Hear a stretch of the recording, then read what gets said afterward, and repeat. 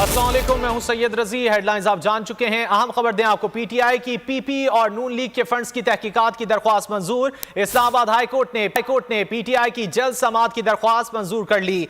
Registrar office को फारूक हबीब की दरख्वास्त 22 दिसंबर को मुकर्रर करने की हिदायत। चीफ जस्टिस इस्लामाबाद हाईकोर्ट ने कहा कि छुट्टियों के बाद की तारीख रख लेते हैं। वकील ने कहा कि इस्तदा है, पहले रख दें, बहुत देर हो जाएगी, छोटा सा मसला है, अगले हफ्ते आपके बाकी बड़े मसले भी समाअत के लिए मुकर्रर हैं। चीफ जस्टिस ने कहा कि ऐसा करते हैं, फिर छुट्टियों से पहले समाअत के लिए रख लेते हैं। तहरीक इंसाफ के रहनुमा फारूक हबीब ने दरख्वास्त दायर कर रखी है। पीटीआई की पीपी और नून लीग के फंड्स की तहकीकात की दरख्वास्त मंजूर कर ली गई है। इस्लामाबाद हाईकोर्ट ने पीटीआई की जल्द समाअत की दरख्वास्त मंजूर कर ली है। रजिस्ट्रार ऑफिस को फारूक हबीब की दरख्वास्त 22 दिसंबर को मुकर्रर करने की हिदायत की गई है।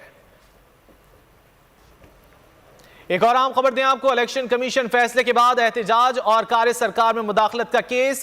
इमरान खान की अबूरी जमानत में 19 दिसंबर तक तौसी कर दी गई। इमरान के वकील बाबर आवान इंसदादे दहशतगर्दी अदालत में पेश हुए।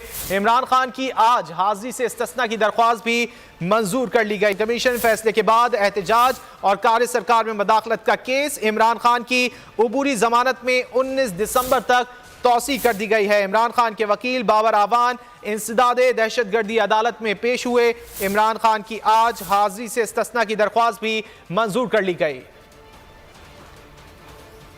एक और आम खबर दें आपको, साबिक वजीर दाखिला शेख रशीद की जानिब से ट्वीट किया गया है।